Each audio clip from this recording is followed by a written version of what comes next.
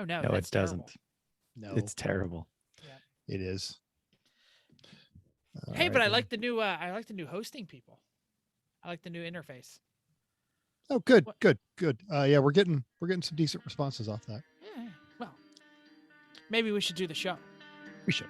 It's a good idea. Welcome to Everyone Racers, a show designed for the world of low-dollar racing and oddball car culture. It doesn't matter what kind of Leva Champ or Lucky Track Dog League you run, SCC or NASA, we won't discriminate, as long as you drive it hard and built it yourself. Join us each week for tech discussion, tips, tricks, news and notes in the world of amateur endurance racing, and whether it's on the spot, hella sweet, or we're lucky enough, and Chrissy gives us just the tip, we're sure you'll giggle a little and learn even less. Everyone report to the paddock. This is Chris. This is Chrissy. I'm Jeff. And I'm Mental. Thank you for listening to Everyone Racers. We're recording this on January 12th, and we would like to wish Toto Wolff a happy birthday. Born on this day in 1972, the investment company founder started his motorsports. Yeah, you're going to interrupt this. I have an entire rhythm set Toto up. Wolff is You're the gonna same make age as me? I suck. Go on. Yeah. Where's your F1 team? Fuck off. Go ahead. No, it's fine, because the joke I had bedded in there later's dead and played out. No, Good. keep going. I want to hear it. I could read it, but I want you could just tell me. Yeah. All right. Born on this Toto. day in 1972, the investment company founder started his motorsports career in 1992. He won his class at the 24 Hours of Nuremberg Ring in 1994, driving a Formula Ford. He's won several races in FIA GT, as well as rally events and the 2006 Dubai 24 Hour. He's also the team principal for some Formula One team. But if you're not driving your 8-time consecutive Constructors Championship Mercedes or any other lesser vehicle, check out that E1R bingo card, which we should add the phrase 8-time consecutive F1 Constructors Championship. Link is in the show notes. F1. Could actually, that's a good idea. Chrissy, you have lots of stuff, and you posted up some what you're working on. So tell us I did. what you're working on. We did a Wait, lot where of. was the joke? Did we miss the joke? Were you going to bust on me for being sucky? No, I you wasn't going did to bust on you yourself. for being sucky. I was going to just bury the fact that he's the principal of the Mercedes AMG team and talk. Yeah. Oh, good. We should, we should do? We should write all this stuff down so that we know where these jokes are going before time. Oh, I saw that. Sorry, Chrissy, go ahead. It's okay. I was in the garage working on the Civic with Chris this weekend, which was awesome. I did some exhaust wrapping the exhaust header with lovely fiberglass, which is always fun. Fortunately, I had some gloves on this time. And though I always underestimate and forget how bad fiberglass sucks, and then I pull my sleeves up and then my arms are like, oh, why did I do that? And then everything is shiny, which is great when you look at it in the light. Go ahead. What? I was gonna say, I always do the same thing and forget about it, but I don't push my sleeves up, but I'll scratch my face. with the Oh gloves. no. Yeah. Mm-mm. No, I had unfortunately I was allowed to use nitrile gloves this time, unlike last time during the Rona, they were all gone. And then the ones that were around were very expensive. So I could only use one pair. And if they got a hole in it, then it was your fault and you couldn't use them anymore. So this time I was allowed to use 2 or 3 pairs, which was great. So we had some special sauce from our resident ceramist and we went to open it. I went to mix it all up and I posted a picture ready to do it. Yeah, that's a big solid brick of Ceramic stuff. Yeah. So wait, was it the same stuff as last time or was it a new kit? Yes. No. Old Well, kit doesn't last. He gave us several Yeah. jars of A and jars of B, and we only used half of them last time. And I saved the other one. So great, we'll use these in the future. I'm like, I'm ready. And I opened it and I was like, ding, ding, ding. It's all right. He is honoring the warranty. Yes. And we have to return it. So It's worth everything we paid. yeah, so I have to finish the header later, but fortunately that's not time's critical, but it's good to get it done and be ready with. My other job was to do some CAD. So I got my pizza boxes out and filled some holes in the firewall. And there's a terrible chop job under the shifter assembly inside the car. So I made a nicely fitting piece of metal on top of that. So that's all good. And and we cleaned up and got ready for our work weekend this weekend. There is so that's all the car work I did. Baby number 2, I am an aunt to number 2. He is here. He just got home right now, actually. So He is little in your Nathan. house or he is home from the Hell hospital? no, he's home from the hospital. I'm glad you clarified that ant thing because I feel like half of our audience is going, wait, what? Whoa, Chris, No. you They have one. Yeah, well, you can't see the rest of me. You can only see my shoulders. No, baby number 2 of my sister had her second child, and Nathan is here and he's all well. So he just got home, and I decided nobody can ever see my clothes, but I have my new shirt on, so I wanted to show people. It says race Oh. like a girl. I like that. Boom. So from Redline Ace, which is a company that I really like. I put it on my Christmas list and I decided to wear it, but you can't tell unless I show you. So that's what I'm doing. So, Chris, let's talk about the rest of the stuff that happened with the Civic. Quick question on what, Oh. what you said. The chop job under the shifter was previous owner? Oh, hell Yes. yeah. Okay, got it. Yes. For They were, whatever weekend. shifter they had for the K swap previously, they just hacked a big hole in it, and I think they just covered it up with the trim, and that was they that. did it as So- big as they could. It's all weavy and just terrible.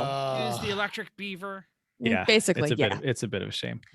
Omar, cut it out. But it'll be yeah. covered. So it's fine. We won't see it. Uh-huh.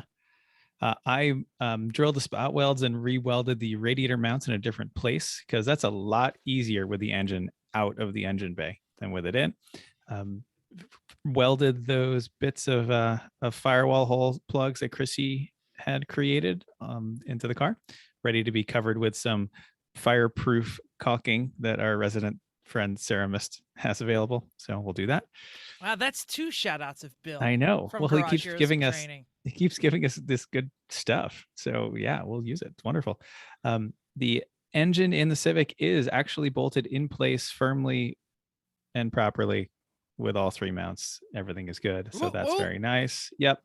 I did a lot of parts ordering to prep for the work weekend to try to make sure we have everything that we could need to keep everyone busy while they're here. Go back and listen to our old shows on how to make sure you have a successful work weekend. Doing that. And my second job has kept me pretty busy. Serious. Yeah. You should get to know the people at the post office because you could just wave to them every day and say, hi, I'll see you Pretty much. tomorrow.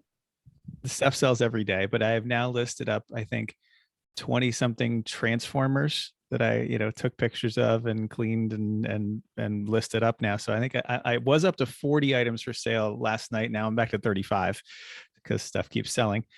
So yeah. Not just cars though, not just toys. Not You just- sold a Alpha Head Yep. and a sway bar. Yeah.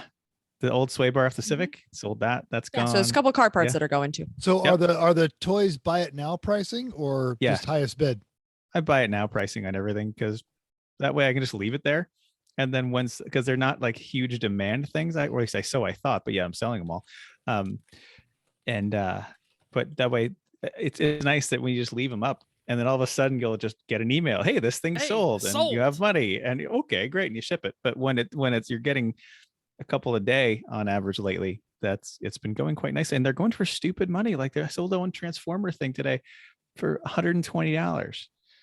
So We can eat. Yay! yeah, right. Everyone on this screen has bought a car for less than that. What was the price? Almost $120 for one. 120. No, I've never under 120. 200 is your close, right? But Yeah. I was just amazed at what this stuff is going for. So, I- but that's been a lot of work. But now, I- so now I have all the masks, all the transformers, all the die casts, all up and listed, and a lot of them are gone.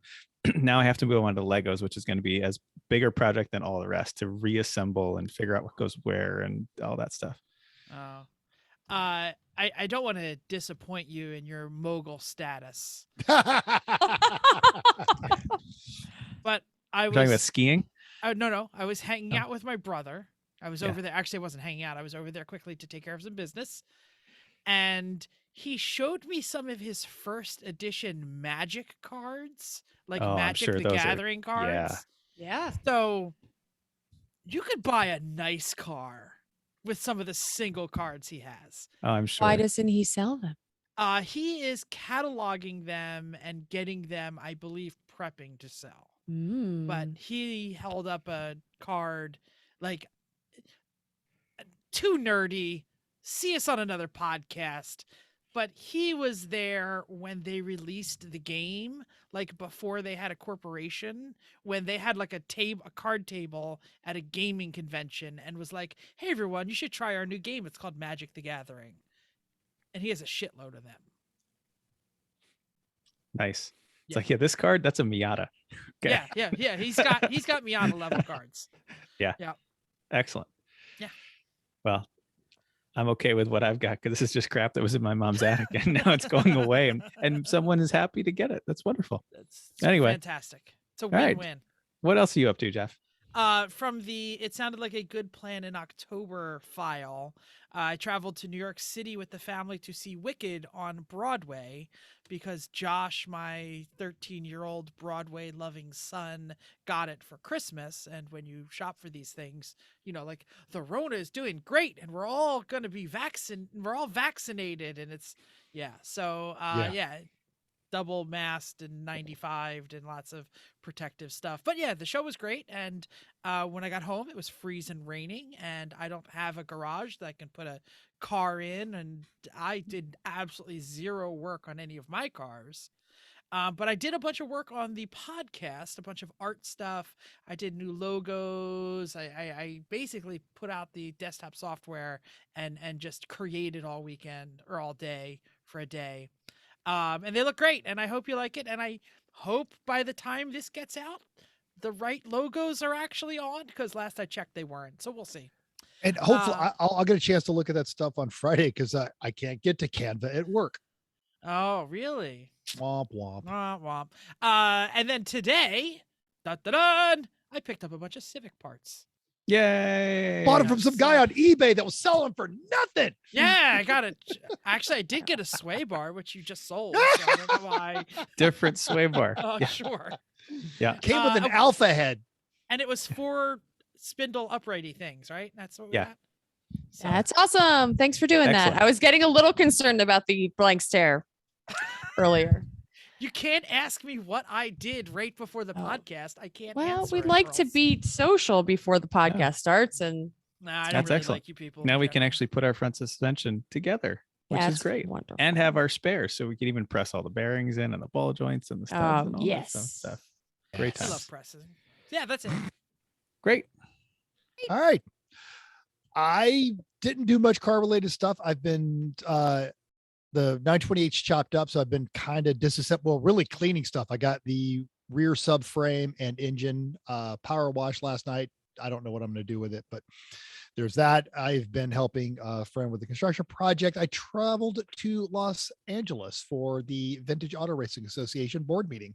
Got to spend Friday night with Pantless Matt. Got to see his new house. He'll tell you it's stupid, but It is stupid. It is. We've been there. But Stupid. it's neat. Oh, yeah. It's interesting stupid. It's also compared to the Loved rest that of, house. compared to the rest of the houses in the line. Fantastic. Well, and he's troubled because he's in the city and he's used to living in the Rocky Mountains. I think it's a great neighborhood. It's kind of quiet. And he's like, there's always a dog barking. And I trying to remember the last time I was in a place where a dog wasn't barking and they weren't trying to shoot at me or something. So there's always It's a dog barking when you get here. So not ours, our neighbors. Honestly, it doesn't bother me. 24/7. I got dogs barking Right? over here. But we did. I did get a welcome to California. You can't do that here. Yes, you Greeting did. from the Popo. the California Highway Patrol. He was very nice, and I will not complain because what should have happened did not happen, and I will probably just go to traffic school.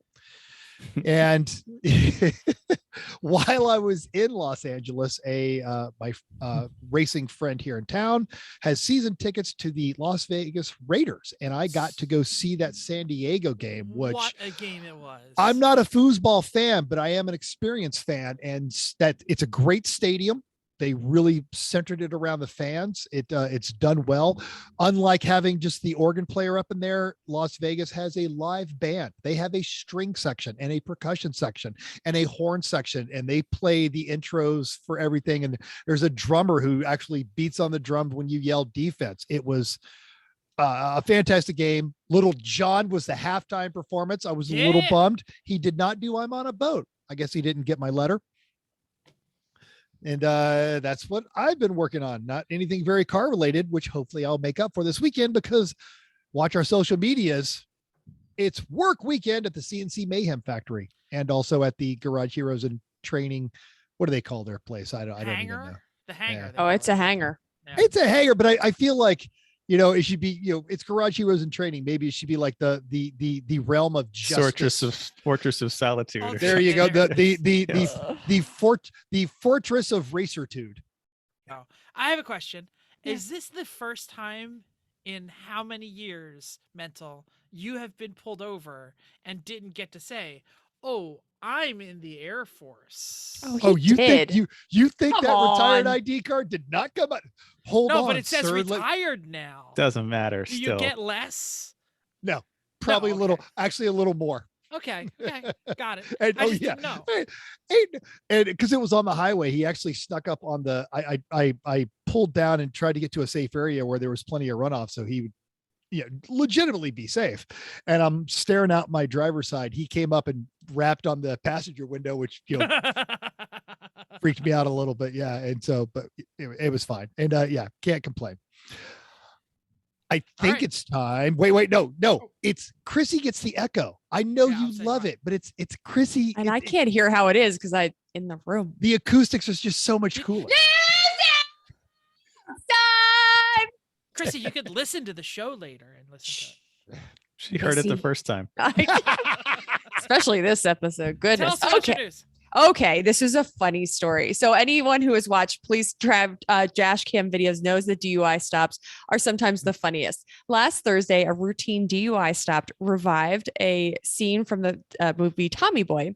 During the stop, the driver told the police she had struck a deer and that she realized her and her passenger placed it in the trunk of their car, believing it to be dead. They later realized that the deer was still alive, but kept driving. But why? Because why wouldn't you just leave it there? Just keep driving. Captured on dash cam and viewable via the link in our notes. The officers asked the passenger to release the deer back into the wild while the driver was arrested on suspicion of impaired driving. Location was not Kentucky, Texas. Nope, not even Tennessee. This was Newberry Township, York County, Pennsylvania. Yep. The video is Actually hilarious. about right. Yeah. Absolutely. It's hilarious. And it is absolutely proof that you can put anything in a hatchback. It's true. It's true. When the passenger walks around, opens the door, the deer doesn't get out. The deer And he doesn't just, even like No, freak out. Just it kind of sits doesn't. down. and then he picks it up and then all of a sudden, then it starts flipping out and he's just like, whatever. And I'm like, it's a freaking wild animal and you're just carrying it across the road. All good. Whatever. What? It's crazy. You know It's how funny. we know these people make bad decisions? Not for anything else you just said, but because the car involved is a Nissan Juke. Yes. I couldn't tell what it was. I think it's a Juke. I Yep. couldn't I tell was either, thinking but it was a Focus. It looked lower than a Juke. Oh, or it could be a Rogway or one of the other Nissan. it does look a mistakes. little lower, but it did have a deer in the back. So maybe Yeah, it was kind of so- sitting a little low and you didn't realize that that's what Oh. it was. But All right, hilarious everybody, video. here's the deal. Go How do you know? watch the How do you know I'm video. riding dirty? I have a not dead deer in the back of the car. All good. Everybody go watch the video. The link is in the show notes. Hilarious. Just click it. It'll show up on your phone. And then you tell us what kind of car you think it is and what the name of the deer is. That's all we need to know. It's Stan. Frederick. Hey, do you drive a Honda or Acura made from 2002 until 2012? Nope. I do, actually. But if so, you may have noticed that your navigation system has not realized it's 2022. Well, fortunately, we don't have a nav. We have the Our 1990 spec Bose It with a has- cassette With player. it has the cassette. I'm sorry. Totally. My nav doesn't work because I have a cassette player. That's right. So Mercedes Streeter tells us a story at Jalopnik of a global issue where these systems started January 1st with a date of 2002. The issue is not anything Honda specific, but with GPS timekeeping. So apparently the article, global positioning systems measure time from an epoch or a specific starting point used to calculate time. The data is broadcast, including a number representing the week coded in 10 binary digits. These digits count from 0 to 1023 and then roll over on week 1024. GPS weeks first started on January 6, 1980, before first zeroing out on midnight for August 21st, 1999. Happened again April 6, 2019. The next one will happen in 2038. So if your software is not coded to acknowledge the reset, the timekeeping inverts to the start point. So your Honda GPS will fix itself in August. Perhaps they were reverting to a time when Mercedes wasn't the 8-time consecutive Formula One constructors. You know, one time I was driving in the early morning of a spring forward fall back day, and all of the GPS was off by like 1,000 feet. And That it hadn't turns figured out, the time yet. and it Yeah. turns out when I got home, it was because of the time error that Mhm. that the GPSs hadn't fixed themselves yet. Yep. It's very hard. I was driving to the airport from Orlando. And Oh. despite these machinery mistakes, do not forget you can be replaced. Friday, the first autonomous car race happened here at Las Vegas Motor Speedway. Now, officially, this was the second round of the Indy Autonomous Challenge. But as John Reddy explains at Auto Week, the first event at Indy was a single car on the track format. This was a 2-car head-to-head elimination bracket. Modified Dallara Indy lights powered by Honda K20s equipped with LiDAR, radar, cameras, a suite of computers, and other sensors came down to the finale between Polydrive and TUM, which is the engineering university in Munich. Now, both cars were running almost 170 miles an hour when the TUM car spun into the grass, which makes me feel a little bit better about my occasional off-track occurrences. One of the team members said the car simply input too much steering correction, which caused it to spin as it exited turn 4. The Polydrive car went to a complete stop on that lap, or rather went on to complete the lap, and then came to a complete stop when it realized the other car was off the track. So next time you see a yellow flag, we don't want to hear it. The computer can pick up on it. The impressive video and the complete story are both linked in our show notes. I haven't had a chance to see this, but I have to see this. I'm incredibly intrigued by it. In other robot car news, because God bless the coming of our robot overlords that can drive the truck home after a race, Tesla has decided that the California rolling stop, or country stop, or Jersey stop, depending on which state you hate, is a completely appropriate way to drive. For those of you who don't know, this is when drivers slow down, look at the traffic both ways, but don't come to a complete stop at a stop sign. Jason Torchinsky at Jalopnik found some wording in Tesla's current version of the full self-driving, that's FSD, beta software, and it contains a feature that allows drivers to set their autonomous profiles as chill, average, or assertive, which we all know we'd be just smashing the assertive button again and again to make it go faster. But anyway, to quote Torchinsky directly, in both of these modes, average and assertive, the description states that the car may perform a rolling stop. Let's be absolutely clear about this. Yes, it's incredibly minor and perhaps even trivial, but this is the car telling you that its programming may cause it to decide to perform an illegal act at a stop sign. Shocking, right? A major impetus into autonomous driving was the correction of human tendencies to disregard laws like speeding and stop signs and things. When we as human operators roll through a stop sign or speed, it's a conscious decision made after years of driving experience and a number of factors. But there's a moral issue here Jason raises, and is the car making a decision to break the law without input from you? This is getting into some like wacky, like robots, like iRobot stuff. Like if you order a robot to kill, who's at fault, you or the robot? If the robot driving you does a rolling stop, who gets the ticket? Look, it's a great read, a great discussion that should probably be having everywhere now. But what are your thoughts? Around the horn? Any thoughts? If I'm allowed to tell my car to break the law, I'm going to tell my car to break the law. Dude, we got to go. Yeah, I got a date, but I don't like that the car is making that decision. Hey, mental, is it okay if I go really fast? Yeah, okay. But Really fast is one thing, but intersection awareness is another. Like rolling through. Okay, so I'm sorry, the safety hat's going on. Go Like ahead, go ahead. we literally we fire people for rolling through stops. If you do it enough times, your drive cam goes off in your truck and you get written up. And so I can't even, this is not okay. There are things that you're going to break the law if we're going to talk about illegal things that are like a little bit okay and then things that are not okay. Intersections are the most dangerous places on the road. And what if the car doesn't, if it's just thinking they can just go right through the stop sign, what if the other car doesn't realize that what the car is doing? And this is the the panacea of autonomous driving.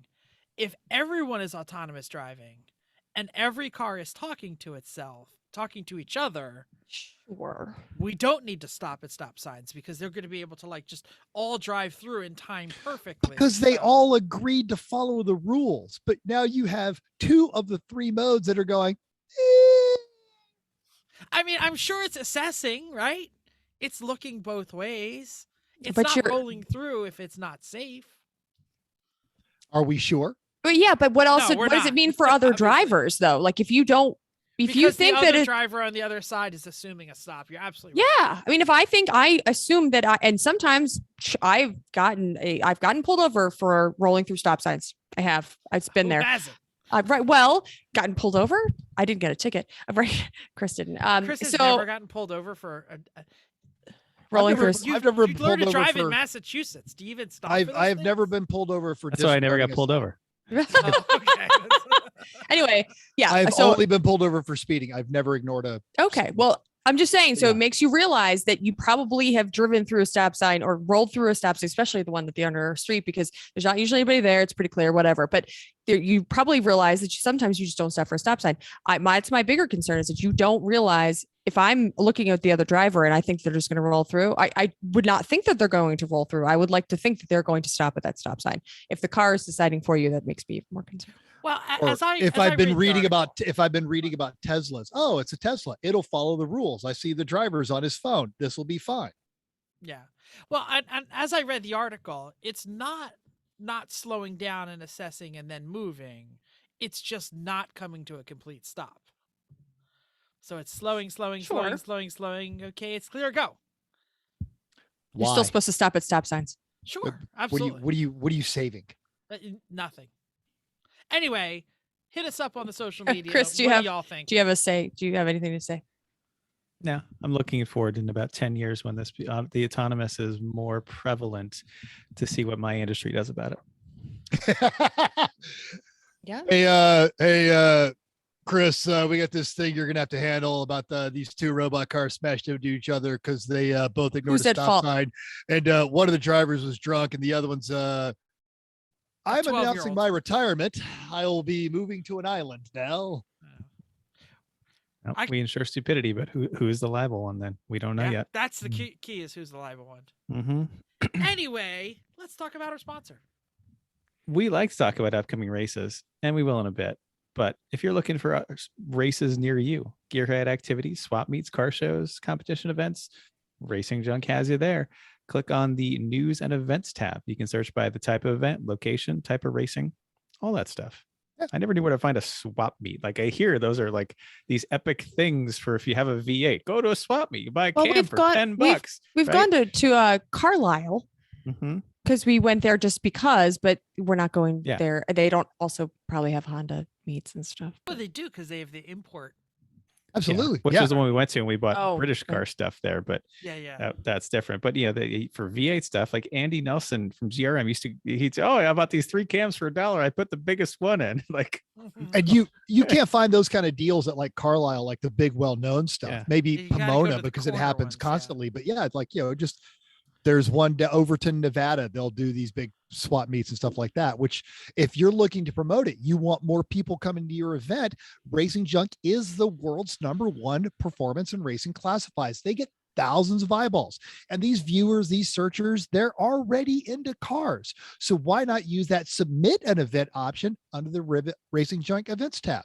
So if I'm you've got gonna something going up, I was just at the Vintage Auto Racing. They're doing 4 hill climb events for points this year. They're like, oh, we should go to other events and hand out flyers. And I'm just like, literally, oh my Facepalm. God, boomers, stop it with the flyers. You've got to get electronic. You want that word out there. You've already got Racing Junk filtering your audience.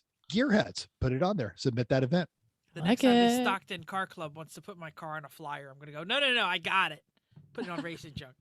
Totes. You can make the electronics flyer in Canva, and then boom, put it on Racing Junk. Maybe you should put some more other cars in the parking lot when you do it. Upcoming races. This weekend, Lucky Dog is running their Hair of the Dog at Laguna Seca. 56 cars, and you should say with us for the first time in 2022, there are 21 BMWs. Boring. Or serious, 18 of Miatas, 2 Hondas, 2 Porsches, and representing the 8-time Formula One Constructors Championship, Pink Panzer in an 03 E55 AMG. Wow. Is that going to become a thing? Because I'm not reading it if it's ever in my copy. Don't forget, Lucky Dog is also having their Southern Cup again this year. Buddy Darren, Big Sexy out there, has 2 sets of Rebellion watches, as he hasn't let me wear any of them yet. In February and September, Lucky Dog will be at CMP, and in May they're running AMP, Atlanta Motorsports Park, and this is in addition to their Pacific Cup. So if you're on one side of the country or the other, you could win stuff. Like, why not do Lucky Dog? Do it. Last week, Brad Brownell talking about Radwood in Philly is going to be announced soon. And by soon, he meant very soon. Yeah, it was like the Last next week. day. Absolutely. So May 21st of this year at Subaru Park in Chester, Pennsylvania. Link to that is in our show notes. Oh, is that the? I have Is no that idea the- what Soccer it is. stadium I right was by That's the a bridge. soccer stadium right by the bridge. Oh. Oh, Where the Union play, the Philly. yeah. Okay. I Now had I was no like, idea that was called. Chester, what? Yeah. Oh, that's an interesting venue. Yeah, I go over the bridge all the time and look down. Me Is there a too. Is there a But nope, soccer game? Every once in a while there is. Yes. All right, cool. I don't think we have anything. Feedback time. Yeah, that's my role. That's mine. I got I know, all of but Jeff Go the. right loves into to do it. He I just know. loves to do I it. know, but again, Chrissy gets the. All right, I can do it anyway.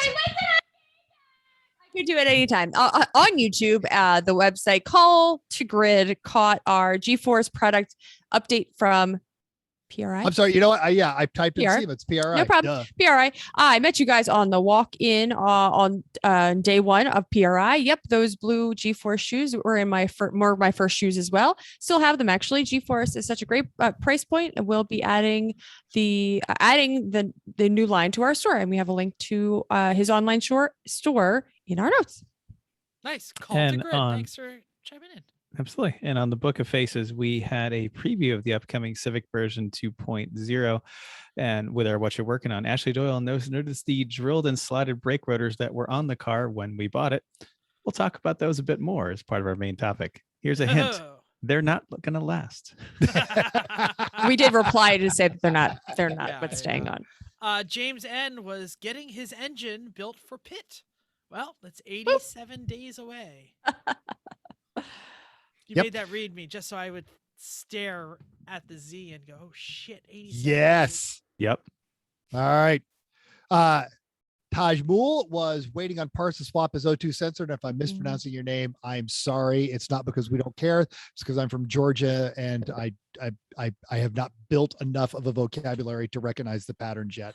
Yeah, it But has went to been in we're public glad school. you're listening and thank you for posting. Has traveled to more countries than all of us combined, probably. Right? Yes. And I still said everything like I was from Georgia. of course, Danger.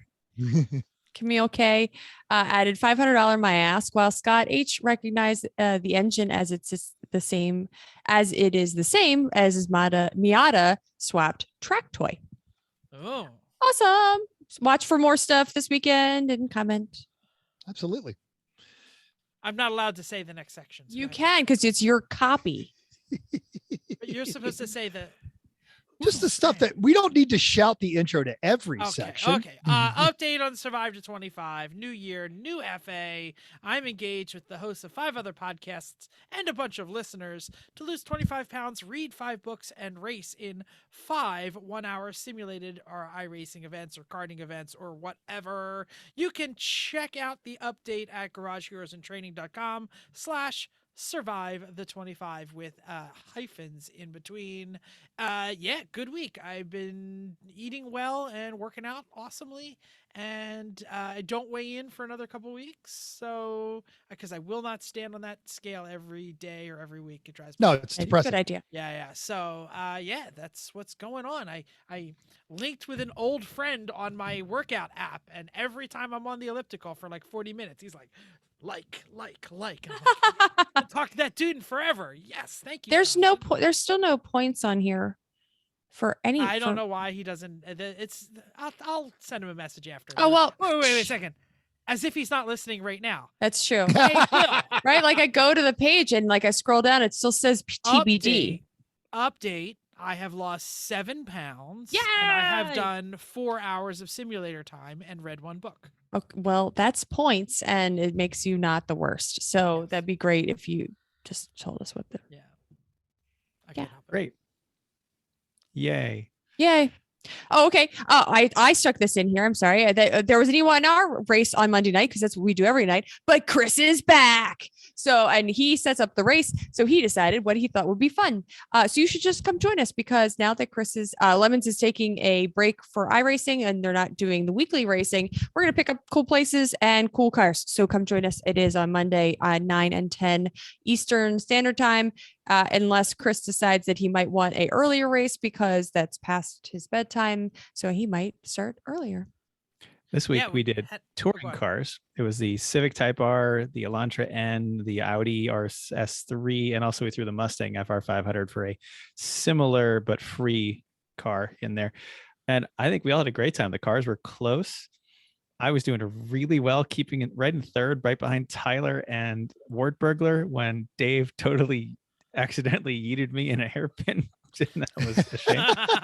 He was looking at his keyboard for something, missed his breaking point, and took He me was out. trying to change some sort of video setting and Yeah, right. yeeted you right off the track. Yeah. But it was fun. I think we're going to do some touring cars for the next couple of weeks at different tracks. We were at Suzuka this week, which I thought was really a lot of fun. I like the Suzuka, yeah. And yeah, I love the Elantra. I mean, obviously, mine was blue, and I got to pretend I was mental for a minute and be like, this is sort of like my car. Yeah, but it was fun. But you missed the big fireworks. The big fireworks happened at the end of race 2, where Wartburglar and oh my gosh, Tyler? Tyler Stank, Yep. were fighting it out, and like 2 turns from the end, some sort of glitch happened, and Wartburger thief Aaron totally pit maneuvered Tyler and won the Glitch. race. Glitch. And no. There was some huge argument / discussion / no, that's your fault. No, that's your fault. No, that's your fault. And we actually all went back and looked at the video, and yeah, Aaron was like, you know what? It looks like it was my fault, but I swear it didn't look like that when I was there. So it was fun. Let's not start arguing over iRacing. iRacing CSI. This is iRacing why CSI, we come on. went to like our own iRacing league is to stop this kind of. I agree, and there was no butthurt in there. It was just, that's your fault. No, that's your fault. Oh crap, that was my fault. Black flag for Aaron next time. That's right. You know who never does iRacing CSI? Chrissy's Are we mom. sure? Have we asked? I don't know. I'm pretty sure. She might say Yeah. it's your fault. But she won't say it after iRacing CSI. She'll just tell you it's your fault, and it is. Hey, I Because knew I Because threw. Chrissy's mom said so. I knew I threw congratulations on the child to Jen, sister Jen. But hey, congratulations on grandma status for a second time. Yes. More kids to watch. High five, Mom. Merry time. Who's gonna? You want to do the intro since I'm saying the first thing, Chris? What are we talking about? We're talking about brakes. Yeah, we're We're talking talking about about brakes. Brakes spelled with an R-A-K-E-S, not the R-E-A-K-S, like everyone on Craigslist R-E- thinks they're called. Those are R-E-A-K? bad. Yeah. If you get the reeks kind instead of the rakes kind, you don't want that. Anyway, brakes are important. Yeah, They, brakes make you know, go fast because you they got to slow the stop. car down. That's right. But they make your lap times faster. They can if they're Absolutely. doing well. And They're doing the you right want to thing. have brakes that you trust and that you feel good about, so that you can brake late and you can make the most of them, because nothing's worse than a brake system you do not trust. That's so terrible. Totes. Ooh, yes. Totes. Absolutely. Nothing, or that wonderful feeling when something gives way and the pedal just goes all the way to the floor. Yeah, And yeah. you start looking around going, all right, what is here that I can bounce off of that is not going to kill me? Yeah. So usually these tech episodes are really heavy with Chris. So I jumped in there and I actually did some research, and I feel like as the podcast like overseer sometimes, I have to make sure we all know the basics. So Chris is going to go deep, but I'm going to make sure that people who don't know some things, and we're all have the same theory and we're all on the same page and we're all using the same words. So I'm going to jump out there in the beginning with some theory and some basics.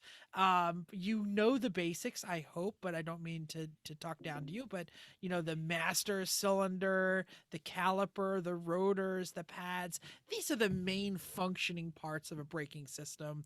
Yes, there's lines, there's fluids. On a good race car, there's probably some air ducts and things, but most of the things that we're going to be talking about today are the master, the caliper, the rotors, and the pads. General What are concept. those things, Yeah, Jeff? general Very concepts. I'm going to tell basically. you what they do. The master cylinder is the part under the hood where you put in the fluid, and that takes the pedal energy and squishes fluid and pushes the fluid down the lines. Okay, that's the master. That's the lines. We talked about the fluid. We're going to talk about more about that. It creates hydraulic pressure, which squeezes a caliper, which is basically like a piston inside of a big ingot of metal most of the time. And the cylinder pushes out and pushes the pads. That's the part that when people say they change their brakes, that is the pads. And it pushes those pads against the rotor. That's the part where people are like, yo, man, yo, dog, look at my brakes. And they point inside the wheel, the big shiny round thing. That is the rotor. Okay. The lines, the fluid, the ducts. We're going to talk about all of these. But it's really that interaction between the pads, the calipers, and the rotor where everything happens. And it all happens with heat. We're going to talk about a lot of heat. All right. Brakes are all about temperature, storing heat, dealing with heat, dissipating heat, keeping heat in the right places at the right range for your equipment. All right. General concept, and this is regular brakes, not your regen brakes on your Volt or on your Tesla. We're talking about the old school kind. The hydraulic pressure in the system pushes the pads into the disc, and the friction creates the heat. All right? Friction equals heat. Technically, the pressure creates some heat. Boyle's law. Yeah. Engineers, shut up. We know that.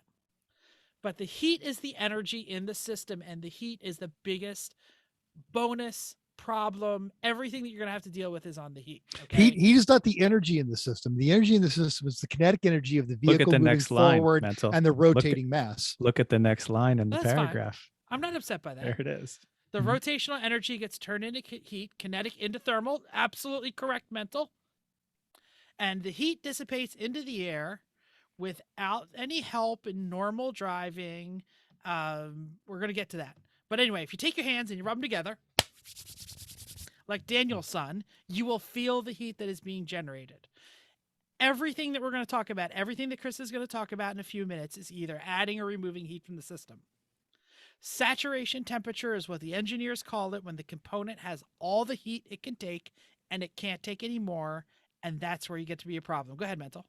If you watch these old videos of the car and driver, and this is when they start talking about brake fade. Now, this is really a term you don't hear coming up in a lot of evaluations of cars anymore because the new systems have gotten so good. But there was a time on old drum brake systems or even newer or early versions of disc brakes when if you had two good panic stops, you weren't going to have brakes for a while.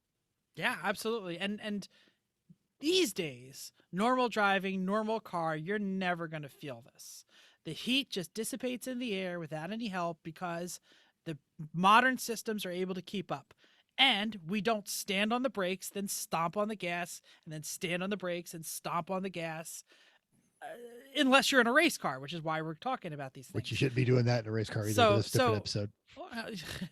But those Wagner quiet stops are going to be okay on your mother's car because they're designed to be a trade-off, long wear and no squeaks and minimal dust to make sure the bling bling rims don't get all crappy. But this is not going to hold up in race cars. Heavier cars that go faster, the more energy it has, the more heat it will generate. We are going to, this is endurance racing, people we're talking about. Yes, this counts for all racing, but we're going to stress the design and the materials in the system more than it was possibly ever designed to. That's why you need to do real race things in your real race car to have real race brakes.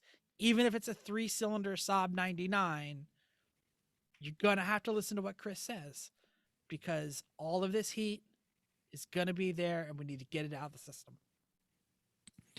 Thanks, Jeff.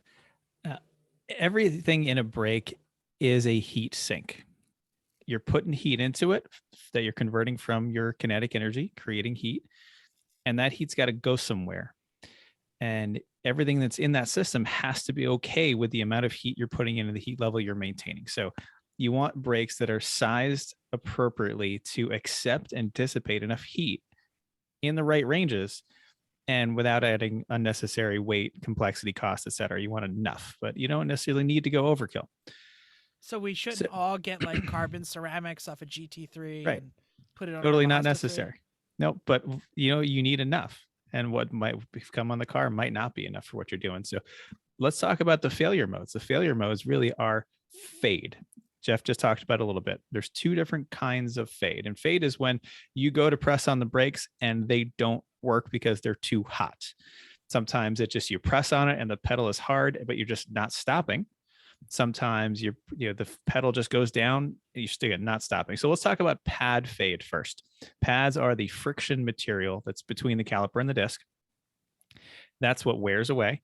And these pads are meant to operate in certain ranges of temperatures. Like on your street car, they're probably meant to operate with a range of 0 to 700 degrees Fahrenheit, something along those lines. Really heavy pro race car teams, the pads don't even come on until you're at a couple hundred degrees. Like they just don't work when they're cold. They need heat to function, but they'll function up to 1500 degrees. Like that's stuff that's amazing. For the things we do, especially with street car based braking systems, we're looking at things that have some bite when they're cold, but they need to be able to handle temperatures 800, 900, 1000 degrees. So, but you have to keep it in that range. If you have brakes that are enormous on a 1.6 Miata, you're never going to get enough heat in them to get the pads to work really, for pads that are going to last long. And you're basically just, we need street brakes. So you have to find that range there. All right. So pad fade is when your brake pads basically are no longer able to grip the disc. And what actually grips the disc is a transfer layer of resin from the pad on the rotor. That's what puts on with bedding. We'll talk about bedding a little later.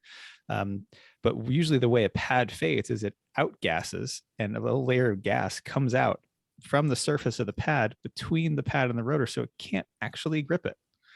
And there's no friction between the rotor and the pad. So that's when you step on the pedal and it's hard, but nothing's happening. Nothing's happening at all. This happened to me in Bill's 86 actually once when I was driving that with the stock brakes on it. And this is like his first HPDE with us. And so we found the limit. Okay. Real brakes next time. Mental.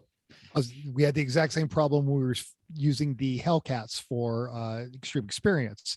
Is the current setup was not designed for track use, and we had to find a way to effectively outgas, because about the third lap, if you were being pushed by one of the clients behind you, you hit the brakes, they would stop moving, car would not slow down.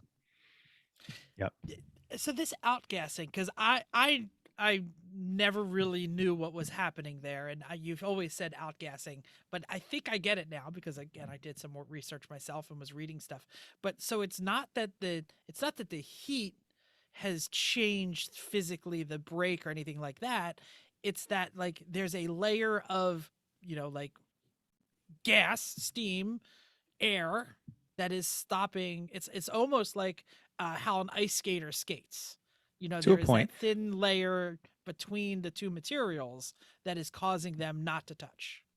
There's also there's a coefficient of friction in a brake pad that changes based on temperature.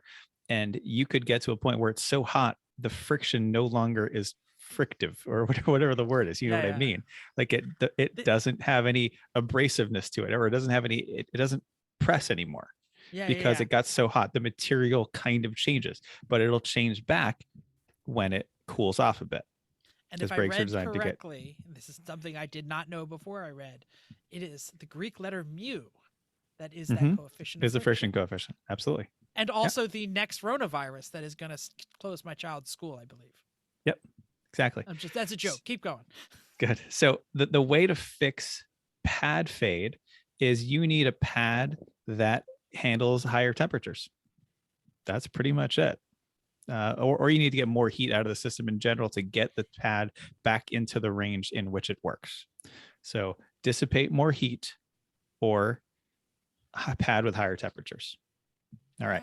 How do we do that, Chris? Well, we're going to get to that later. We're not done with fade yet. The other kind of fade is fluid fade. This is basically when your brake fluid boils, literally boils. You go to step on the brake pedal, it just goes right to the floor because hydraulic fluid does not compress. That's why when you step on the pedal, it moves the pistons around and presses on things. But you know what compresses really well? Air, gases. So when you boil it, introduce gases in the system, that compresses, doesn't work. Literally boiling like the water on a pot. Yeah, like bubble, bubble, bubble. Actually, literally boiling. And that's what introduces the gases. The same like when you look at water, it's water in a pot. There's no air in it, but once it gets to boiling, somehow air comes out of that and it boils into the system. So the way to fix that is, again, get heat out of the system so it doesn't get to that temperature, and or run a fluid that is designed to deal with the kind of temperatures you're dealing with. But that only works to a certain point with the fluid. Eventually, you got to get the heat out of there. So a great way to get heat out is ducting. Ducting is moving air through the brakes so that it moves, so that it dissipates the heat just by air transfer. This happens normally just with your wheel turning. Air gets through, cools the brakes, but it changes. Different kind of wheels have better air transfer than others. Like if you had just a solid steel disc, there's not really any air getting to that. Steelings, really yo. Right. Well, at least they have the little holes in them. But if you have a nice wide open alloy, a lot of air is getting into that. And you could even think back to like the early E34 M5s had wheels that had directional fans built into them. Right. So that as you moved, and the really early ones that had like these 4-piece wheels that had this fan. And as you went, they would actually pull air through the brakes and out the side to keep them cool. Yeah, the Audis were the first ones to really put those turbo fans on their cars. They're competitive cars, race cars. So I also wanted to point this out. If air management is important, this is why most rotors are multiple pieces with vents on the inside. If you pull a modern rotor, if you've ever done a brake job and you look at it, you could like stick your finger. There's the solid rotor and the vented rotor. Mm-hmm. And vented rotors have the pieces with the gaps in between, designed for the air to go from the center of the rotor out to the outside. That's how the air is designed to flow through those rotors. So, but even changes you make in the air of your car are going to change the natural airflow through the wheels. Like when we put the big air dam and splitter on the front of the Civic, the brake temps went up noticeably because it wasn't getting the air under the front, hitting the suspension, bouncing into the brakes like it had before. The airflow was stopped there. So that changed it. Didn't the Ombre start overheating its brakes as soon as Alan put that giant Yeah, it did. cover on the front? Yep. So now, okay, if that happens, you need to get air at the brakes. And there are a couple ways to do this. One is you can put a hole in your front of your bumper at a spot where there is positive pressure. You don't want to put it in a spot where it's negative pressure. That's not going to work. So where there's good positive pressure, and run an actual just hose, high temperature hose, along your car or along your suspension to the center of the rotor, as close as possible to the center of the rotor as you can get it. That's a lot easier in a rear drive car, where you can actually buy these nice ducts or make them that hold the hose right at the center of the rotor, basically just off the side. And that's wonderful. Front drive cars, a lot harder. There's an axle there. So, but then you can Bendy do other suspension, independent movement, all those other things. It can be a pain, but there's a simple way you can go. This is Porsche did this on the GT3, and actually Nissan did it on the Z32. There is a little plastic air deflector on the suspension that hangs down into the airflow, that scoops up the air that's coming under the car and points it up at the brake rotors. Yeah, and we ripped those suckers off. Well, one of them was already gone. So, but it's a simple and easy way, a thing you can do that won't cost much or take much time to make that just out of sheet metal or plastic or something like that. Just enough to catch a little air and throw it at the direction of the brakes. It's not going to be great, but it's a little bit that can help if you don't have room for proper actual ducts. Or there are other ways we can deal with the heat too, but ducting is a great way to get rid of the heat. And you could even put fans in your ducts, like boat bilge blowers fans. They're inline fans. Those are a great way to go. That should not be your out of the gate choice though. Didn't Betty have issues with that because the fan was actually restricting how much air they were getting at high speed? It was slowing it down. Yeah. So this is further development. Start with the simple stuff that Chris talked about with the ducting in the fins. Yep. And if you need the fans, you probably have the duct entry holes in the wrong place, because they're not getting the positive pressure they need. Okay. And we'll do a whole show on front air dams at another date. Yep, we will. All right, let's talk about fluid. Brake fluid is that hydraulic stuff that compresses when you push on the pedal and goes down, and it's all through your system. This stuff is hygroscopic. That means it sucks up water, and the more water it sucks up, the lower its boiling point gets. So when you look at the back of a bottle of brake fluid, any of them, even the crappy .3 at AutoZone versus a Motul 660, they give you wet and dry boiling points. And dry is fresh out of the bottle. Wet is it's been there for a while. So in most street cars, they're going to get that wet boiling point because this fluid hasn't been changed in years, unless you know what you're doing. So this fluid, it again, it will suck up water. So you want to make sure you don't leave brake fluid sitting out in the open for a long time. Shut that cap as soon as you can. Don't open the bottle until you need it. Don't give it a chance to start sucking in air while it's not even getting used yet.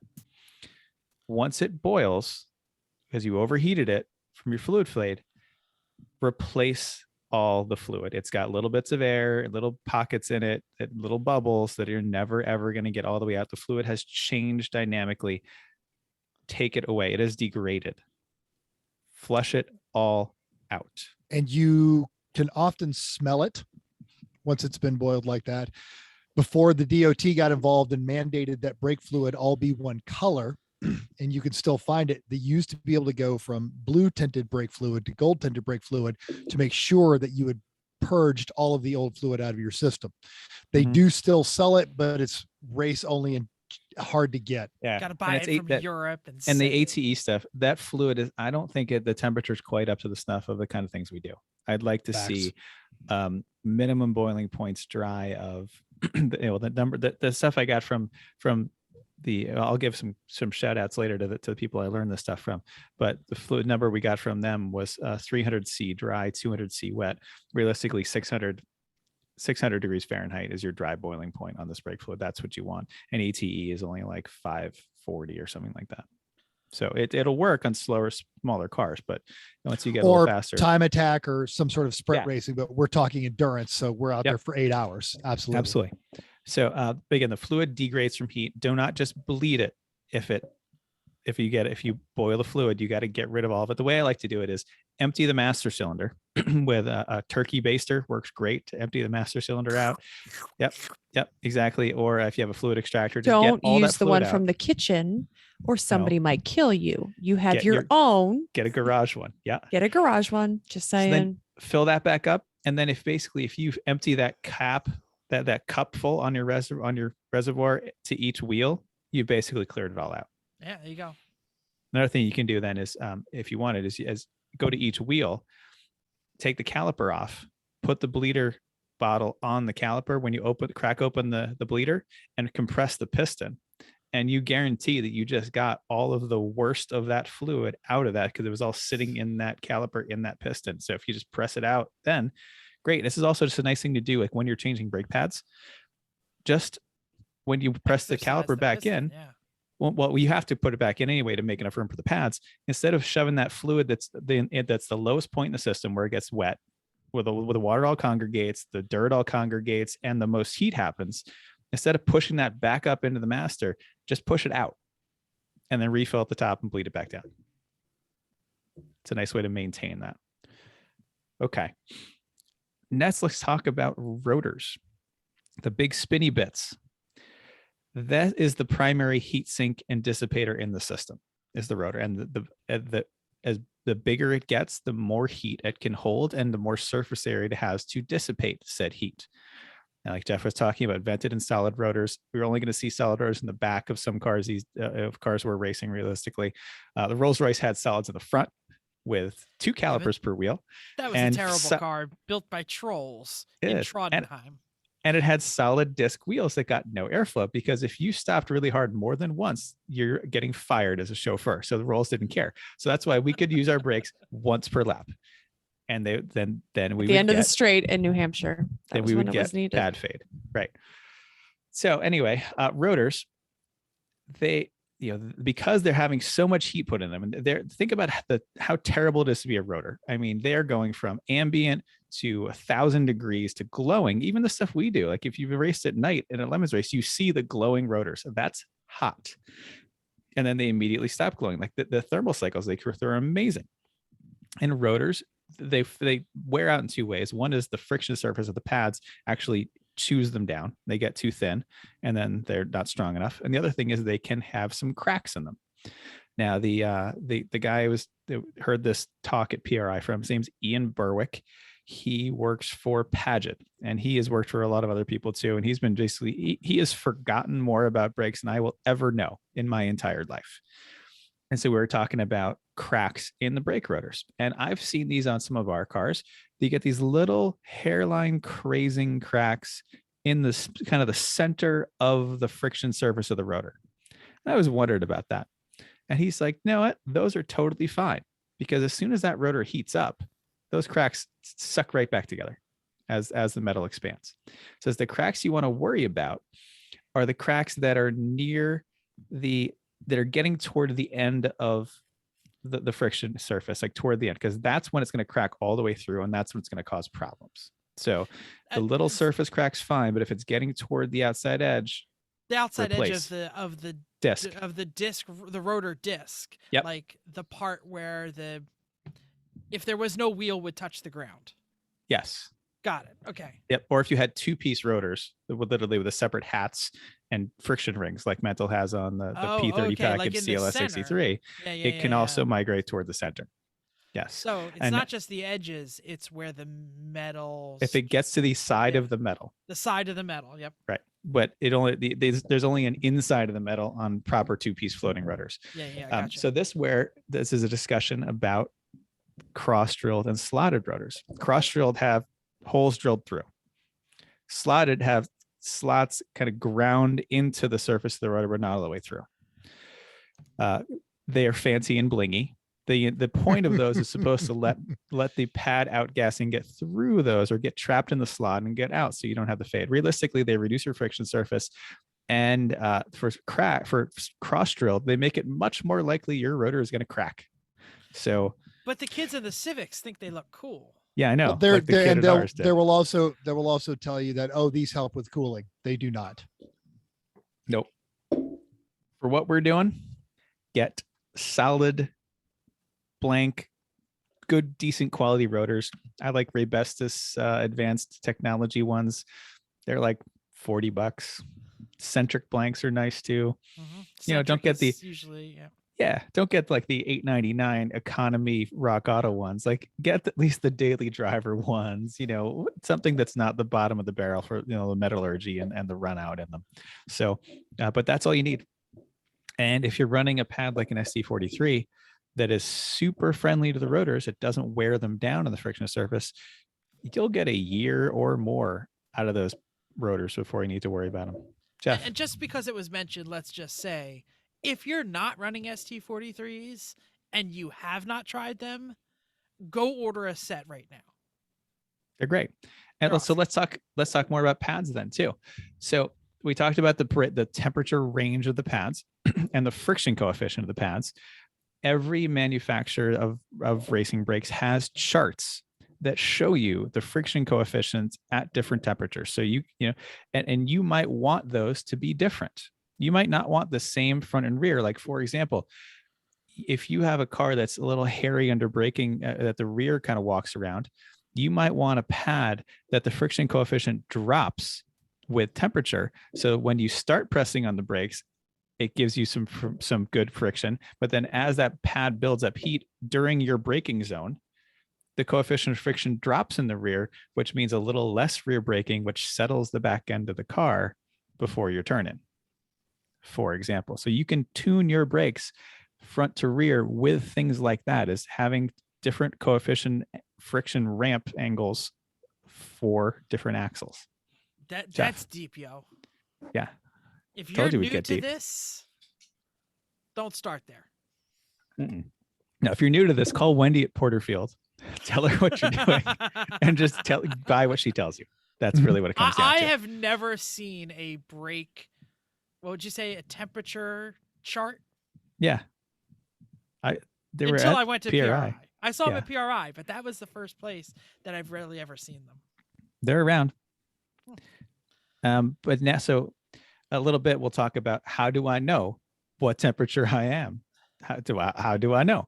But while we're still on pads, let's talk about bedding brakes. Everyone's heard, you got to bed the brakes. There's two reasons you bed the brakes. One is to let them outgas the very first time. Was that Something a cat? exciting happens in Nope. Mental's house. Nope. It's a dog. I don't know how that was a dog, but it was a dog. So one is to let the pads outgas the first time. The first time they get really hot, stuff comes out of them, and that needs to happen. The second is you need to transfer a layer of the friction material from the pad onto the rotor, because like we talked about before, it's actually the resin from the pad on the rotor that is much grippier to the pad itself than the actual bare iron or steel that it is. The same way, like a snow tire is designed to pack snow in the treads, because snow is stickier to snow than rubber is to snow. So that's partially why that works. I feel like I'm learning stuff about tires, even though we're not talking about tires. Yeah. Can We're getting there. Can you elaborate on the best way to bed brakes? Yes, I was just getting there. Thank you. So what you have to do to bed brakes is you want to gradually build them up to temperature, like really good and hot gradually, and then let them cool gradually if you can. So on the street, it's great to go out and do like 10 stops from 60, or not quite stops, like 60 to 10 without your ABS coming on. And if you do this on street cars, like, I took Chrissy's mom's car out to bed the brakes in when they got the new pads on. And by the end of your 10th stop, the car's not stopping real well. And there's smoke coming out of the brakes. And the smell is fantastic. Yeah. And that means you did it right. And then once you get it that hot, then you chill and drive the car for a while without touching the brakes if you can help it, because you want them to cool down gradually, slowly back to ambient. Because now you have basically realigned the molecules in the pads because of the heat. You've gotten the friction surface on the rotor right. You've outgassed the pads. They are now ready to go, and they're going to last longer and give you better braking before too. And the other thing is, if you do this properly, you're not going to have the uneven transfer layer issues that cause brakes to shudder. which when people say, oh, my rotors are warped, they're probably not warped. You probably have an uneven transfer layer, which so the pad goes by on the rotor and all of a sudden it hits a sticky spot. And that sticky spot, it tightens up, it slows the car down a little bit, and then it goes past the sticky spot. And it's not the same on both wheels because they turn in different rates on corners. So you get different sticky spots, and that creates your shake in the wheel. So those of you with Carbotech pads, you know exactly what I'm talking about. There's no way around it, unfortunately. And I still get people that will report to the penalty box and yank up their handbrake. Yep. That's a great way to put that uneven transfer layer on, because you've got hot brakes and now you just glued them to the rotor, pads right to the rotor, and that spot cannot cool off.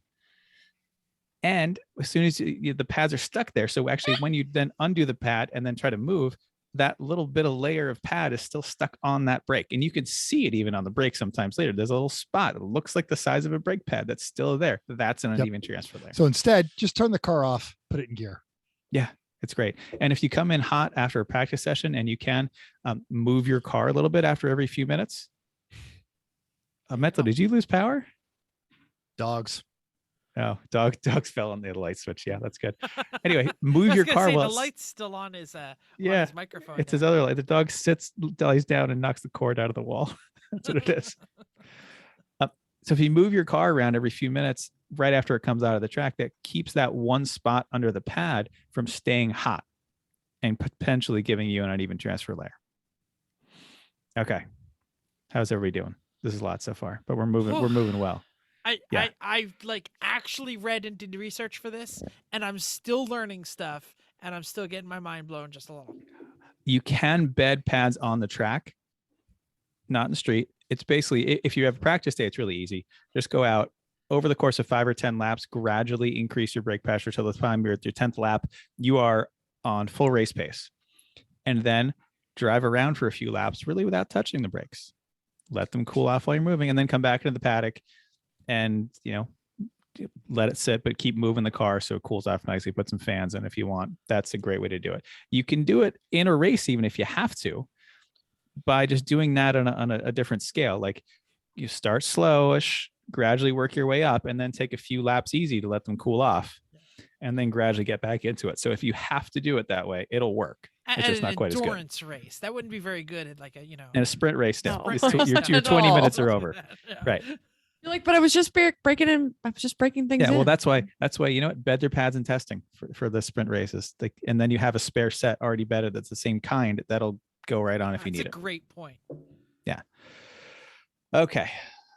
So now we're going to talk about how do I know what temperature my brakes are? I don't know. They seem fine, or they must be too hot. That's terrible. This is awful.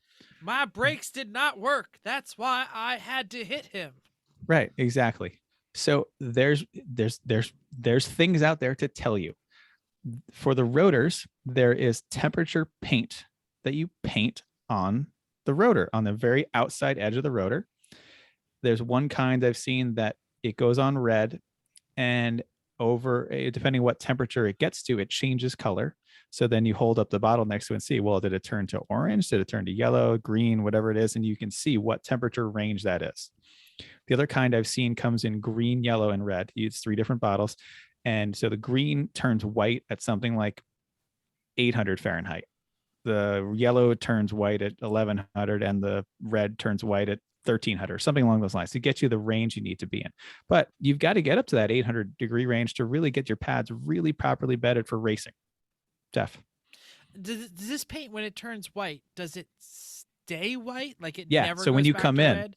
yeah. Okay. So it's not just a one-time thing. It's not like the one on your aquarium where you put the thing on it and it keeps changing It keeps up moving. and down. No, it Right, gets yeah, white. no. It's done. It's It's white changed. That's done. forever. Right. And you can Yeah. put more on to see what happens next time. The next time. Right. Got it. Exactly. So that's how you can find out how hot your rotors are getting. And we're going to do this year because I learned this. Actually, I learned this from Willwood, a guy named Mark Cornwell. Talked to him at the Willwood booth. We were saying like, hey, do we need your products? Because we run really hard. We're running just basically street brakes, but they're oversized for our car. But it's like the best combination of OEM parts we can fit. And he basically talked me out of buying their product and saying, no, you need to do this. You need to start doing your brake temps, your rotor temps paint, and you need to buy our caliper temp strips. So these are a So gluey cool. strip you stick on the side of your caliper, put it on the part of the caliper that has the fluid in it, because that's what matters, because you're trying to deal with, this is where you're testing how your temperature, your fluid gets to, and your caliper gets to. So this, because just because your disc gets to 1,000 degrees, it doesn't mean that your caliper is 1,000 degrees or that your fluid is 1,000 degrees. right, exactly. Your disc gets to 1,000 degrees more often than you think, but it dissipates the heat. That, again, that's what we talked about with the rotor. The rotor takes in the heat, it sucks it up, and spits it back out with the air.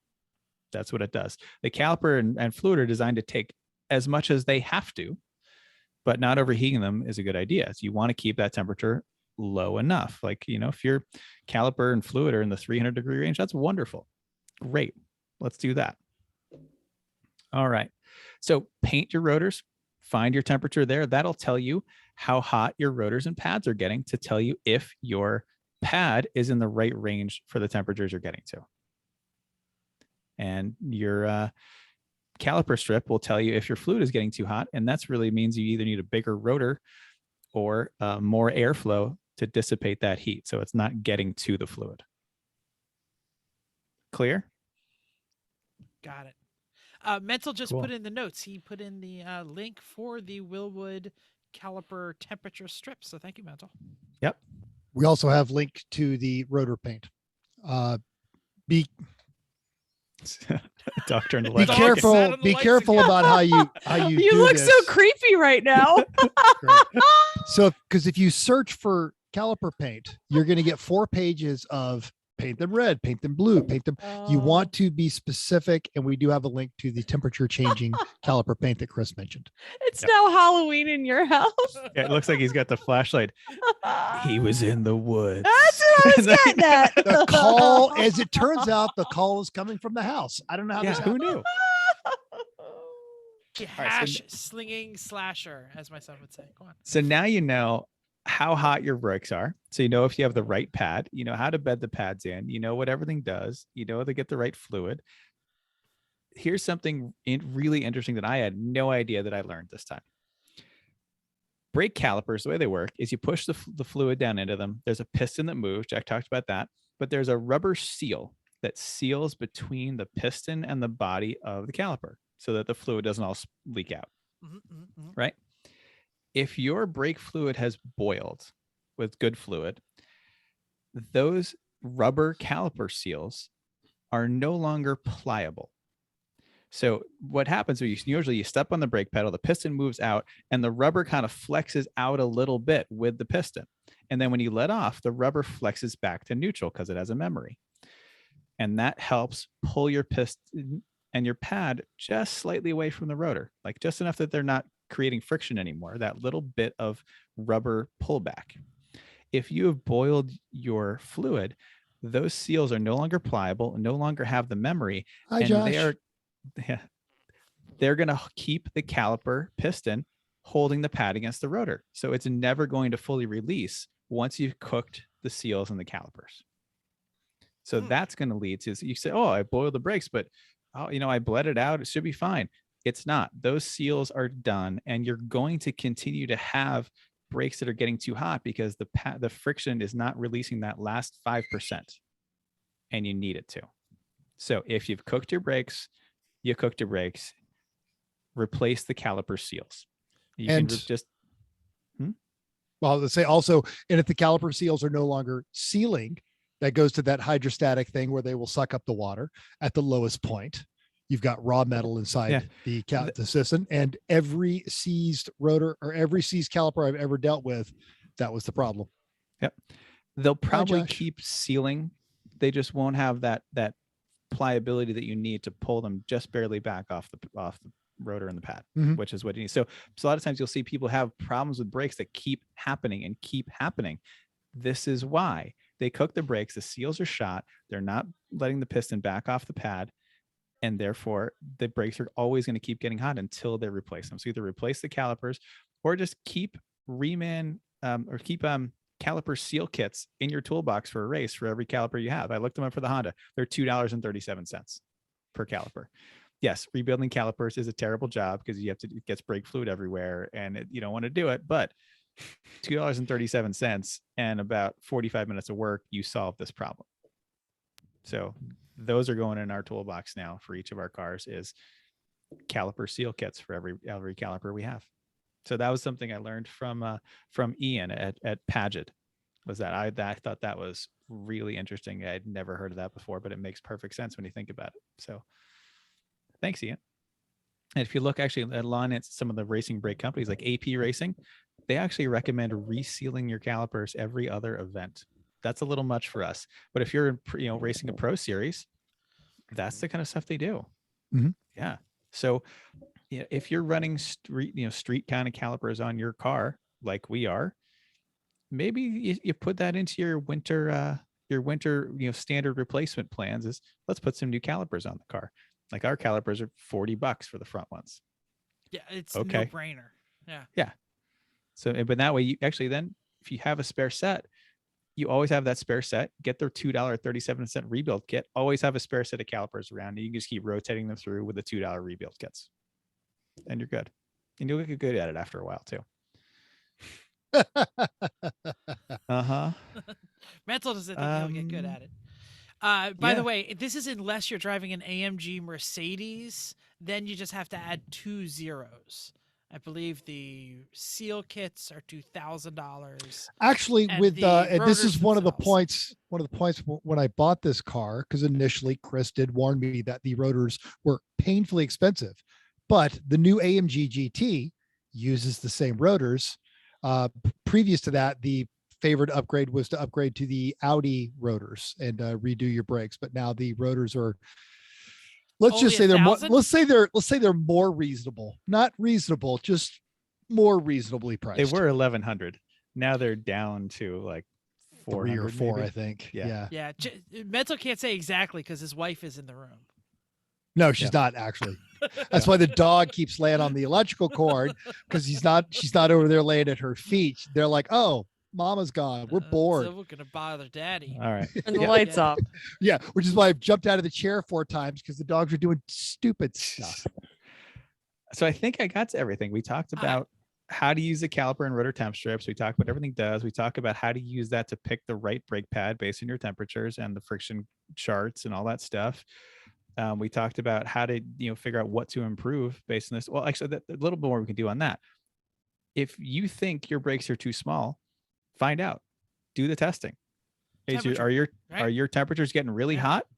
Okay, then maybe they are too small, and maybe you need to then upgrade the size of your rotor as a bigger heat sink to move more air, or you need more ducting. Those are your options, basically. Your brakes, if you can lock your wheels up, you have enough friction to stop your car. That's interesting. If you can't, then you need a larger friction surface to be able to do so, or a larger fulcrum. That's the other thing a larger rotor does, is it creates a little larger fulcrum. My to the mind tire. is full. I'm sorry. Fulcrums now. Yeah. I can't. We're going to need now a part the central point of all of this is you don't need to immediately start hurling cubic dollars and making these finite adjustments with temperature sensors. Go back to the beginning of the main topic and just start with the pads. Go to the rotors, do the simple things, and then as you're increasing your engine, your driving capability, everything that comes around to it, then you are making finite and precise adjustments to tune the car. Most cars that doing what we do can start off with their stock braking systems, whatever the best version of their stock braking systems are, with SE43s and Motul 600 fluid, and you'll probably be fine. If it's not fine, get the brake temperature measuring stuff, figure out where the problem is. And when you know where the problem is, then you can start correcting it, whether it's your calipers are, you cook them and they're never releasing, whether it's don't have any airflow in your brakes, whether it's your rotor is too small for the amount of power because you stuffed that wacky engine in your car. That's how you find out. And it's always going to be heat related. Yeah. Pretty much. 90% of the time, I should say. Yep. I think this deserves a part 2. I think we're going to call out to the listeners right now. If you still have questions, if there's something we in the education world call this muddiest point.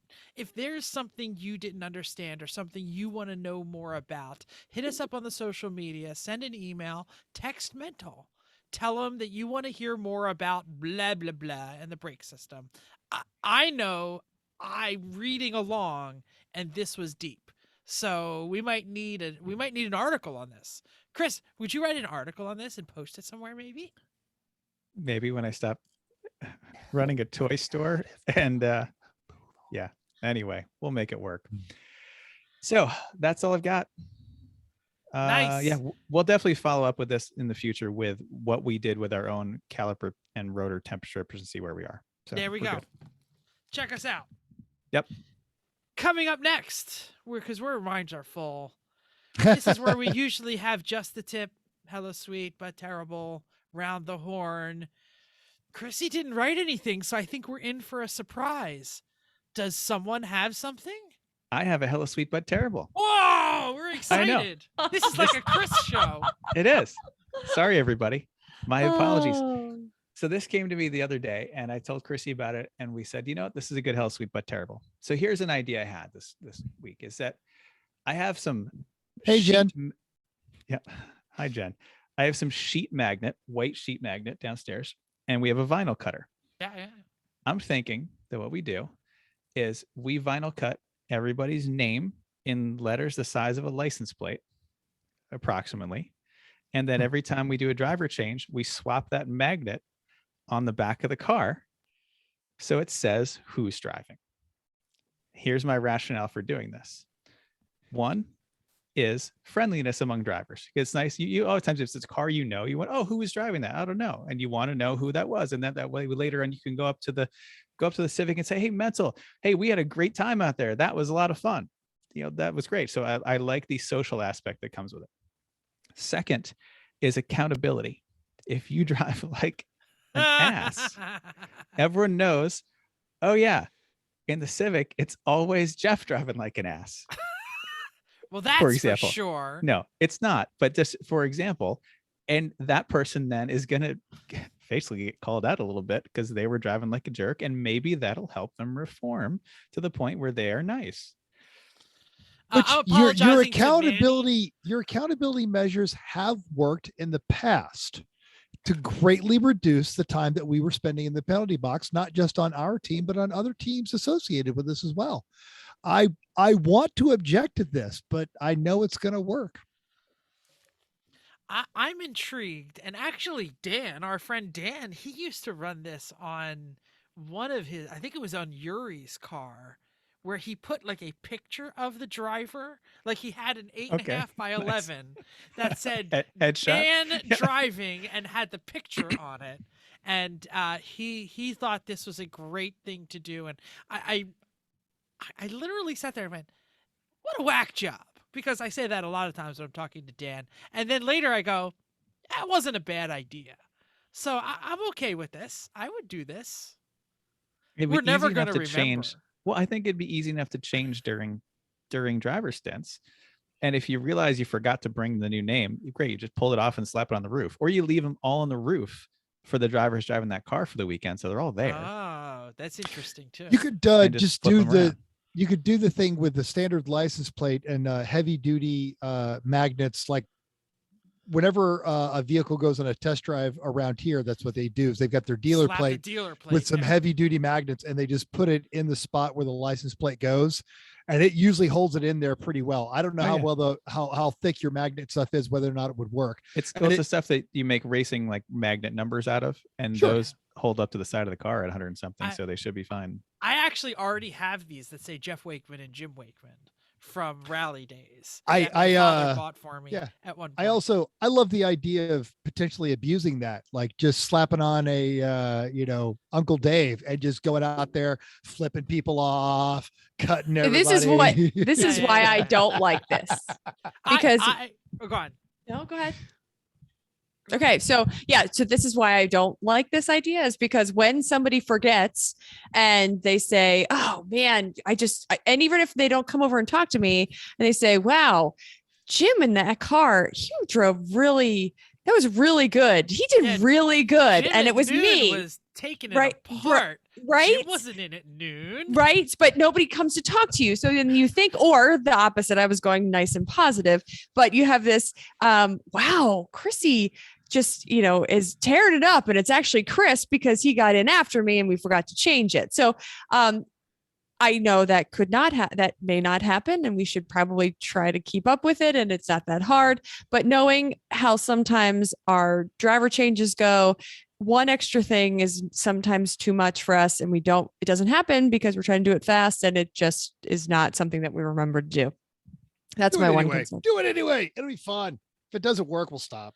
This is the easiest way I could possibly think of it, is the magnet sheet right by the license plate. The person getting in the car is usually just kind of standing around while the fueling's done, so they could kind of be ready to do that. Except for there's plenty of times where we've literally forgotten a Hans. You can't get in the car because you don't have the right things to get into the car. So that's what makes me think that this is like an extra thing is not always things we're thinking of. I'm going to allow someone to defer, but I'm in. I'm not going to force it on everyone. By the way, how much metal do we have in the trunk hatch lid of our new Honda? None. But I could have a piece of steel that screws into the license plate holes. Now this is getting complicated. No, I'm in. I'm going to do it. I'm going to put that on there this weekend. I'm going to find a scrap piece of metal. It's going on there. I love this idea. And it's gonna default to Jeff. Yeah, there's only the metal will say Jeff. I want El Jefe. That's all I'm saying. So if I don't forget, it's automatically Jeff. Name. I just want it's okay to identify me. I just don't want my government name. I think I had another rebuttal, but I forget what it was. That was it. Is you were worried about getting blamed for someone else's poor driving? Yes, I am. And I am forgetting to change it in general. I feel like for a while you could probably get away with, like, someone comes on you, God, man, that white Mazda's being a jerk. Oh, there's no way that's Chrissy. One of those idiots forgot to change it. There's no way that's Chrissy. No. That's what you don't know. And if people that don't know you, we know a lot of people, that's fine. But when you see people on track or it's a new team and they're like, oh, who is this? Oh, I know it was Chrissy driving. That's my concern. And I'm gonna go back. I'm gonna push pause on the music here in case you can hear that. Because I thought we were just getting out of it, but we're getting into it. I'm gonna go back to something that Chrissy said in the fantastic movie entitled, what was it? What's the movie? What's the Why are you asking us what's in your brain? Sorry. You haven't told us anything about the movie except that it was documentary. No, the documentary that was on our race team. Hoopties. In the movie Hoopties, when Chrissy is getting interviewed, she says, I don't want to be identified because I know there's a lot of toxic masculinity out there who might get aggro when I pass them because I don't want to get passed by a girl. And I think that's incredibly valid. By that point, it's too late. So, boom, suck it, loser. Chrissy just got around you. So here it is. It says we have one that says El Jefe and one that says El Jefe 2. Chrissy will now race under El Jefe 2.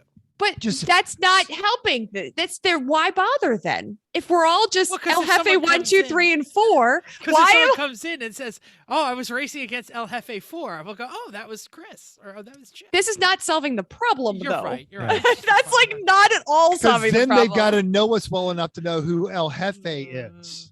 Yeah, but they'll think it just says El Jefe all the time. If this is the problem because they see my name on there, then we still have a problem.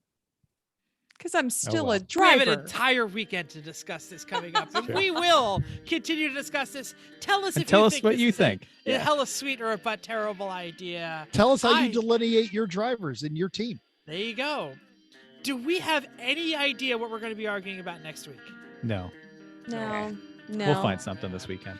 Yes, thanks for downloading us. We hope you enjoyed this week's edition of Everyone Racers. We hope you'll join us in the world of driving, racing, and building, because everyone can be a racer, even you. If you enjoyed this podcast, subscribe. It's totally free. Then go to iTunes and give us a 5-star rating. If you're watching on the YouTubes, right down there in the doodly-doo, give us a little comment. Hit that like button. Do they say used tube? Used tubes. That's what I say. Pittsburgh version. Tubes. Used tubes. But smash the like button. Hit this. Talk to us. We want interaction on the YouTube, please. But anyway, if you have any questions or comments, or you want to tell us about how you talk about your drivers, hit us up on the Facebook page, Everyone Racers, or email us at everyone.racers@gmail.com. You can still text mental 484-243-0455.